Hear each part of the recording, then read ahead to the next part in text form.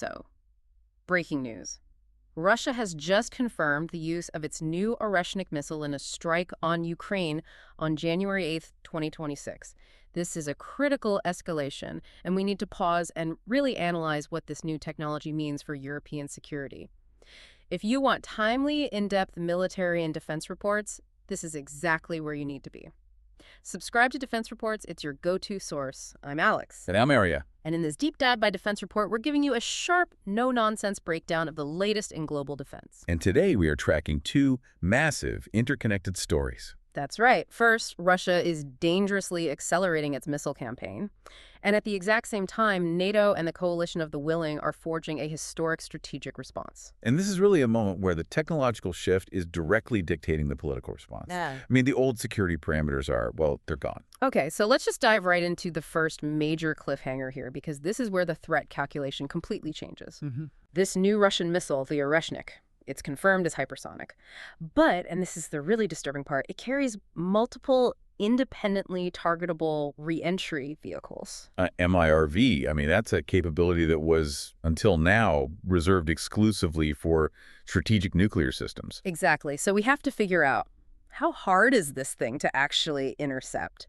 And, more importantly, what is the precise message Moscow is trying to send by using it so close to the EU border? And that question leads directly into our second major point. If the threat is this fast and this complex, what's the countermeasure? Right. So we're going to examine NATO's new commitment to this massive historic defense spending hike. We're talking a foundational shift toward 5% of GDP. And we'll break down where that money is really going, and maybe the most important question of all. Is this new timeline fast enough to secure Europe against this threat in the next, say, 3 to 7 years? So our mission for you today is to cut through the noise and analyze the strategic implications of all this for Europe, for Ukraine, and really for the entire future of transatlantic security. Let's jump straight into the strike itself. What happened? Okay, so on January 8th, 2026, Russia officially confirmed what was the second battlefield use of the Oreshnik intermediate-range ballistic missile, an IRBM, And the target. the Lviv region, western Ukraine, which places the impact zone dangerously close to both the EU and NATO borders. Of course, that proximity is no accident.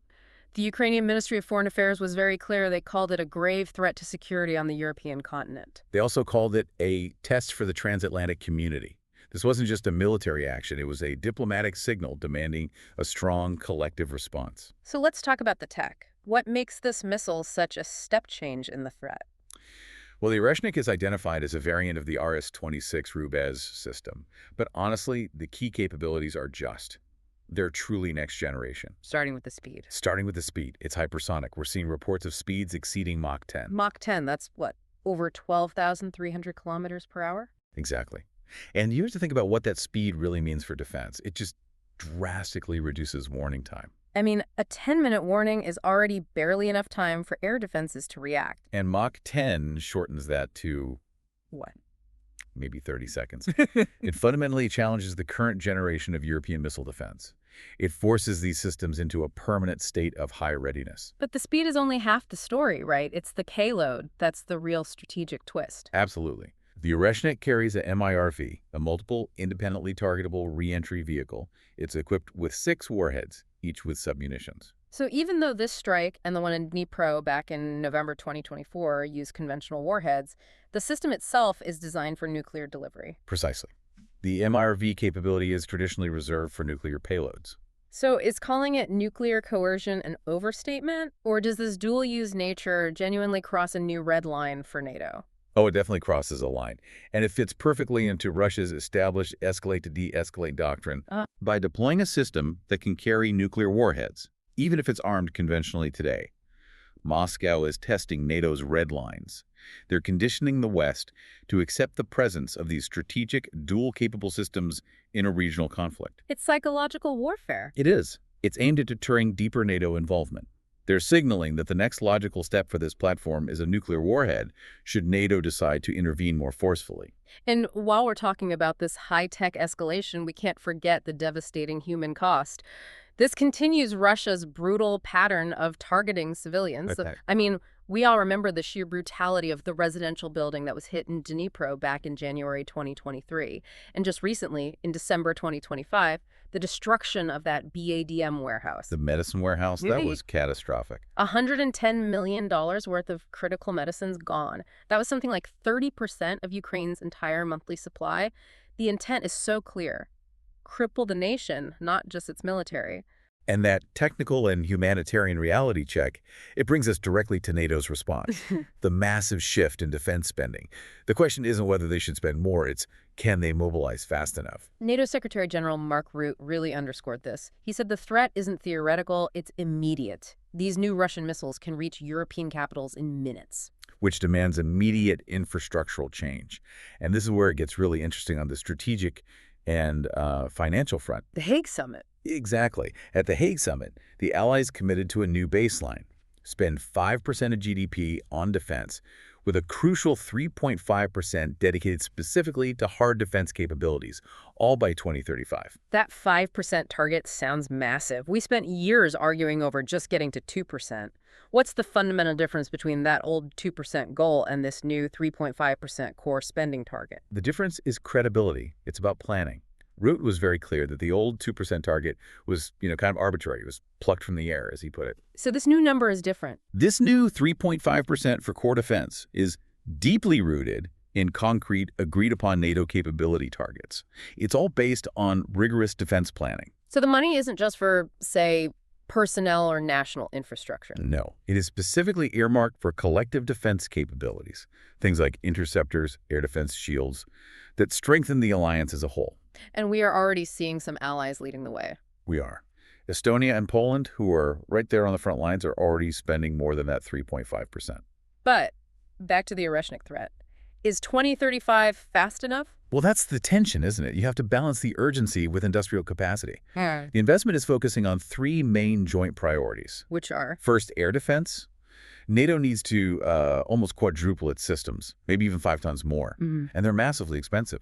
Second is long-range strike munitions and logistics. But the third one is maybe the most critical. Ammunition production. A massive surge in ammunition production capacity. Yeah, and that production surge is really where the rubber meets the road. We know the defense industrial base on both sides of the Atlantic has struggled to produce things like 155mm shells at the scale Ukraine needs. Is that actually changing? The signs are promising. We're seeing indicators that we are finally turning the corner on 155 and other critical types. Any concrete examples? The UK is building 6 new ammunition factories. And look at Germany, a country famous for its bureaucracy. The fact that they commissioned a new factory in just 14 months really shows what the urgency of now means on the factory floor. They are moving at wartime speed. This financial commitment also carries a pretty significant political dimension, especially regarding U.S. involvement, doesn't it? It's not just about European defense. Not at all. It has a dual purpose. Yep. The core existential reason is obvious, Yeah. defend NATO territory. But the strategic reason is to equalize with the U.S. To keep them in the game. To keep them totally committed to NATO. The U.S. has, frankly, been rightly irritated that it's carried a disproportionate burden for decades. This 3.5% investment sends a very clear message of transatlantic burden sharing. It solidifies the U.S. commitment for the long haul. Okay, let's move beyond just missiles and money for a second. Let's talk about the other pressure points Russia is using. Economic and hybrid warfare. Right. And we really need to put Russia's economic position in perspective here. Their entire economy is about the size of the state of Texas. I've also heard it's not much bigger than the Belgian and Dutch economies combined. Maybe add Luxembourg in there. And yet they dedicate a staggering amount, almost 40% of their state income, to defense spending. When you realize their entire income base is that small, yet so much goes to war, it really highlights a key vulnerability that sanctions can exploit. Precisely. And a huge chunk of that income, especially since the invasion, comes from the illicit oil trade, from what's known as the shadow fleet. This isn't just a few rogue tankers, is it? Not at all. We're talking hundreds of old, poorly maintained tankers, often operating without proper insurance, doing risky ship-to-ship transfers on the open sea, and constantly turning off their tracking systems to get around sanctions and the G7 price cap. And we just saw some major action against that fleet. We did. The U.S. seizure of the Russian-flagged tanker Marinera in the North Atlantic, that was a big symbolic move. Has it had an effect? Well, the UK recently stated that these targeted actions are working. They noted Russia's oil revenues are down 27% compared to October 2024. That's a direct, measurable hit on their ability to fund this war. At the same time, Russia is constantly fighting Europe with actions just short of war. This pervasive hybrid warfare that we're always tracking. It's constant probing. It's all designed to weaken the alliance's confidence.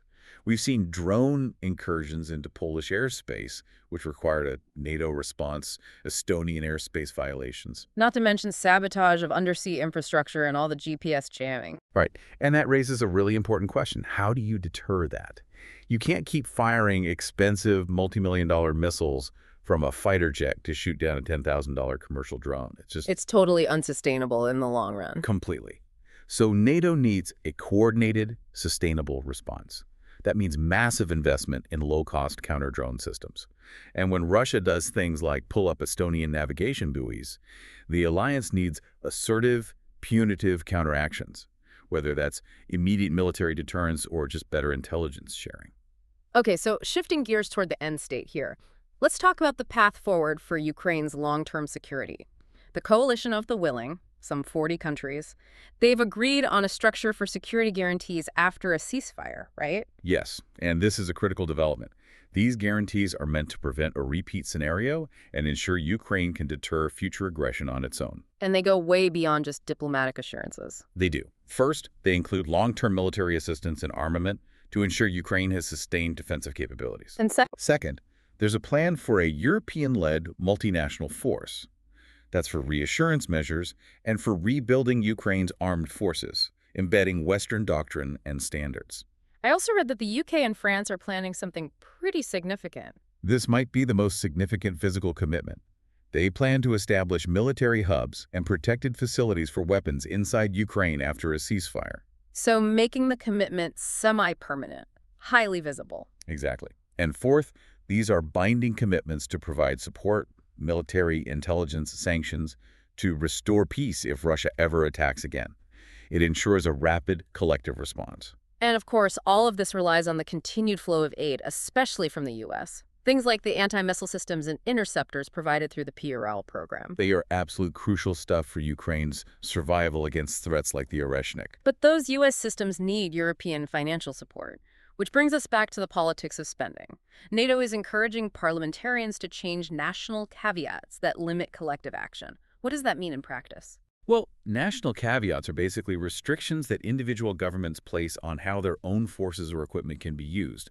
They might limit training or prevent systems from being used in certain environments. And NATO wants those gone? They need them gone so that all allies can chip in more freely for these U.S.-provided packages to Ukraine. Because right now, the most advanced interceptors can really only be supplied efficiently by the U.S. It's all about speed and solidarity. So if we pull all of these different threads together, the missile threat, the financial shift, the shadow fleet trackdown, the security guarantees, what is the unified NATO strategy here?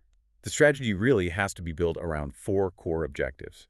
And this is all based on the recognition that Russia sees itself as being at war with NATO. Okay, what are they? First, and most urgently, NATO must defeat Russia in Ukraine. This is key to global stability. Yeah. Second, they have to deter Russian aggression against the alliance itself. Third, they must contain Russian influence. And finally, they have to actively work to degrade Russia's capabilities and its will to keep pursuing this agenda. It's an ambitious plan. It requires unprecedented political will and, obviously, sustained resources. Okay, so we've discussed NATO's push to quadruple its air defense systems and rapidly scale up ammunition factories, with this major financial commitment stretching out to 2035. But Russia is already deploying highly complex hypersonic missile systems like the Oreshnik that can hit Mach 10 and carry dual-capable MIRV technology. And they're using it near the EU border today. So here's the question we leave you with. Do these long-term defense targets actually meet the urgency of today's threats? Or is Europe already in a high-stakes race against time? The clock is definitely ticking.